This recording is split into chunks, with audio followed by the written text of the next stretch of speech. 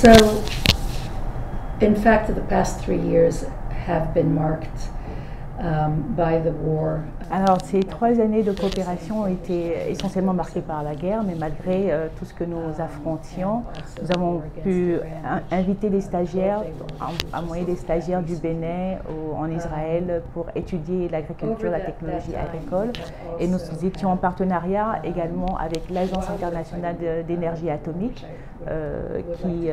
pour permettre la médecine nucléaire à l'hôpital Chic qui est construit à la sortie de Cotonou. Et donc non seulement il y avait cette guerre de octobre 7, il y avait également la guerre de 12 jours que nous avons eue avec l'Iran. Et je reviendrai en parler tout à l'heure, mais malgré tout cela, j'en profite pour l'opportunité pour dire merci aussi au soutien de votre ministre des Affaires étrangères, M. Bakary, qui a été un grand soutien pour nous dans sa coopération, parce que nous constatons que la coopération avec le Bénin s'est beaucoup rapprochée, le Bénin et Israël se sont rapprochés, et donc depuis ce fameux ou ce détestable octobre 7.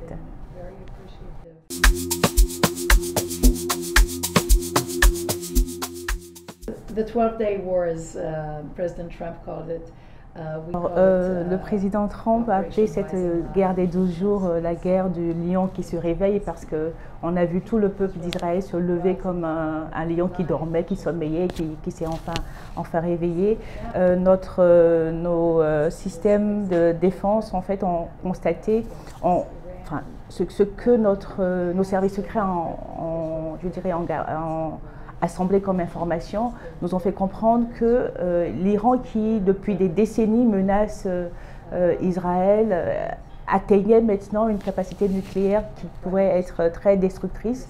On s'est rendu compte que leur capacité en uranium était autour de 60%, et que c'était le moment parfait pour attaquer, parce que si on les laissait faire, ils allaient bientôt atteindre 90%, et avec cela, la potence destructrice aurait été fatale pour nous.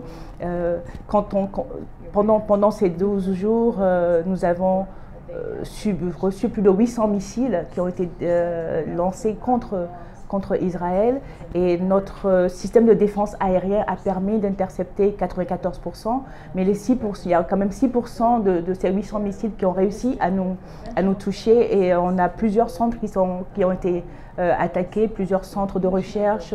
On a un hôpital pour les cancéreux qui a été gravement touché, on a perdu 27 civils et un militaire. Donc vraiment, imaginez si on avait attendu plus tard pour agir, ça aurait été catastrophique pour notre sécurité.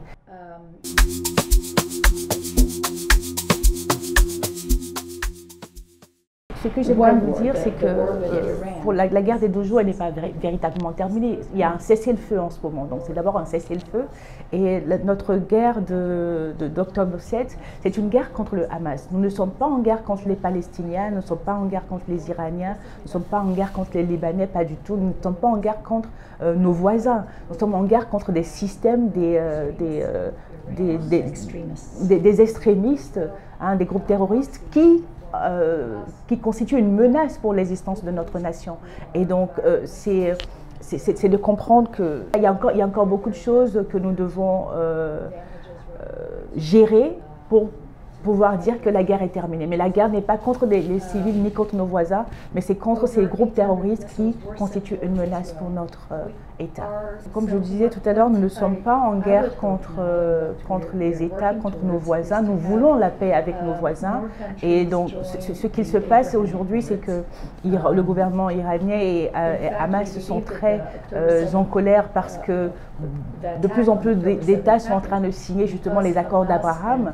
Et récemment, on avait l'Arabie Saoudite qui était à la table. Bon, c'est pas encore signé, mais on espère qu'ils reviendront à la table bientôt. De la même manière que les Émirats arabes unis étaient à la table, de la même manière que le Bahreïn a rejoint l'accord il y a quelques années, comme l'Égypte ou comme les autres nations. Parce que vous voyez, le but pour nous n'est pas d'être en guerre. Le but, c'est vraiment de préserver notre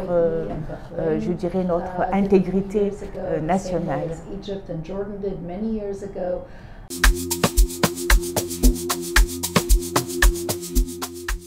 So I want to thank the people of Benin for Je their voudrais support. vraiment remercier le peuple béninois pour le soutien et pour l'amour que je ressens chaque fois que je viens en visite, et j'aimerais vraiment les remercier pour la coopération qu'il y a eu. Je sais que les échanges, tout ce que la nation d'Israël a pu apporter en termes de technologie agricole, en termes d'innovation, je sais combien ça a touché, et j'espère vraiment à mon niveau avoir contribué, ne serait-ce que petitement, à faire avancer ces problématiques. Et vraiment, c'est vraiment un cœur reconnaissant. Je voulais juste dire merci pour l'amour et le soutien. The good relations between our countries, and I hope that these good relations will continue going forward.